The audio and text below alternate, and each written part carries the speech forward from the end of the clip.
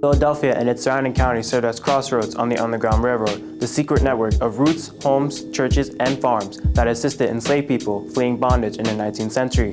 The city's long history as a major port and its large free black community made it both a stopping point and a launching pad on the journey north. Together, these sites form a powerful map of resistance across the greater Philadelphia area, places where human courage, solidarity, and the quest for freedom left lasting marks on the region's history. Today, we will be showing one specific site, St. Paul's Elkins Park Church, showing us the foundations of resistance in the modern tumult of a city and personal freedom for all of us to build upon. Dane from Church from School. Who am I here with today? I'm the Reverend John Daniels, priest in charge. So my first question would be, how long have you served this church? 2 years. What is the makeup of this congregation? It is a multicultural Episcopal church. We have folks from all over the world who worship here every Sunday morning. It's quite diverse. Since this is a historic site, what do you do to preserve this site? That's a never-ending battle.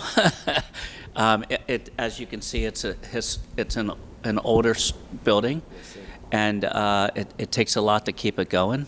So we are constantly raising money to preserve it. What would you say is the value to the community of preserving this site? Well, it's historical relevance.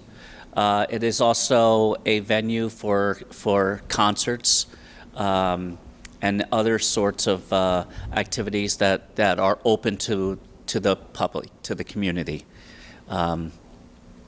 As I mentioned, it's a pretty diverse church, and people do appreciate coming for music concerts. We have yoga, we have karate at times, so it's open to the public. You don't have to be Episcopal to come. Okay, that's all the questions I have. Thank you for your time. Well, thank you for being here. Yes, sir. Jay Cook was a businessman in the 19th century who funded the Union Army and funded the Underground Railroad. Along with this, he created St. Paul's Church in Elkins Park. William Still was a pivotal but often overlooked leader in the Underground Railroad. Based in Philadelphia, where he coordinated a vast network helping people escape from slavery to freedom. Born free in New Jersey in 1821 to formerly enslaved parents, Still worked with the Pennsylvania Anti-Slavery Society and the city's vigilance committee, meeting fugitives at Dockson Station, providing shelter, food, care, and outward connections. His commitment to documentation was partly inspired by a remarkable moment when a man seeking his family turned out to be a long-lost brother of his. These records later became the basis of his monumental 1872 book, The Underground Railroad, which preserved hundreds of first-hand stories and emphasized that fugitives themselves were agents of their own freedom.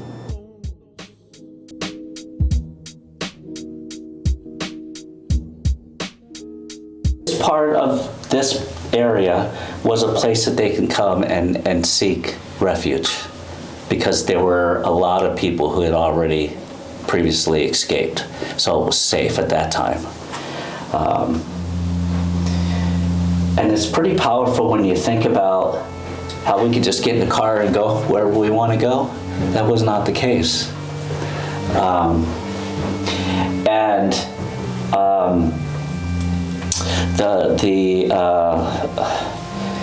There were people who helped finance their transportation, but it was one person talking to another person, families, and they were coming as far north as Canada just to get away. I mean, that's keep this just to remind us of where we come, but also remind us of those fortunate, wealthy white folks helped. Not all, but some helped. And so that's how This is just a representation of the diversity of people.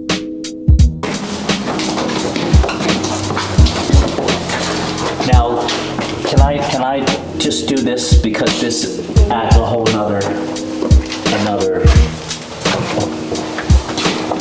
So, without that light, it makes a huge difference in wanting to come down here, because you don't know what's in front of you. And that's true of those people who were trying to get away. They didn't know what they were going to encounter. The same is true as us coming down here without any light, and you're doing this to find your way.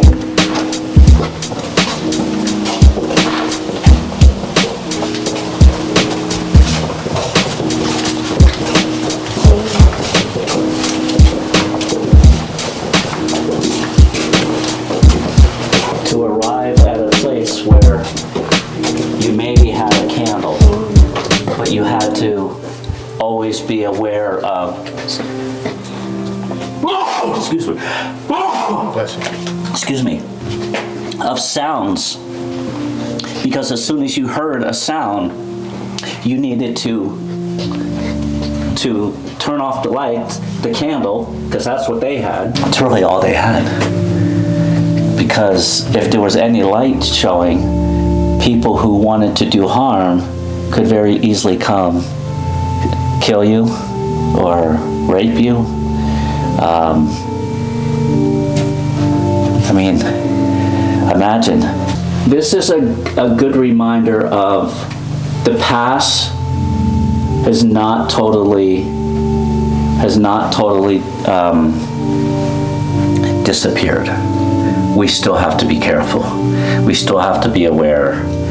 And it's things like this that help us do that, because it's very easy today to forget the past. Oh, that was back then. That's not going to happen to me. Well, that's not true, right? So it's just a reminder of who we are and where we are and how far we've come, but we still got a long way to go. You know, that's one of the beautiful things about this particular congregation, because it's multicultural. You have people from all over the world coming with their own different experiences, but yet they arrived here. It's almost like a reminder that they can come from wherever they were to come to America, right? And come into a place like this. And when the person who finances this particular church the most is a white dude.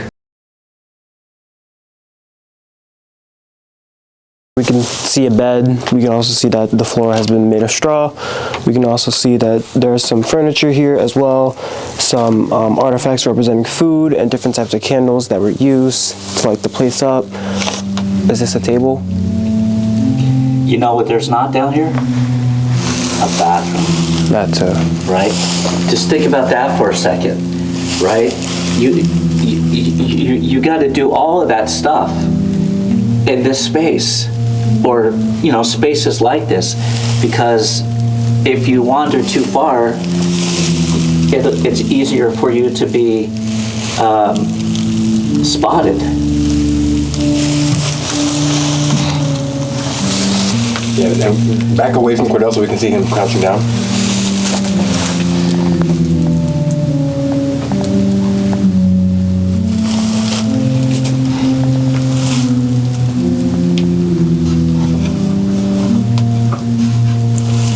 I'm just messing with you. There you go.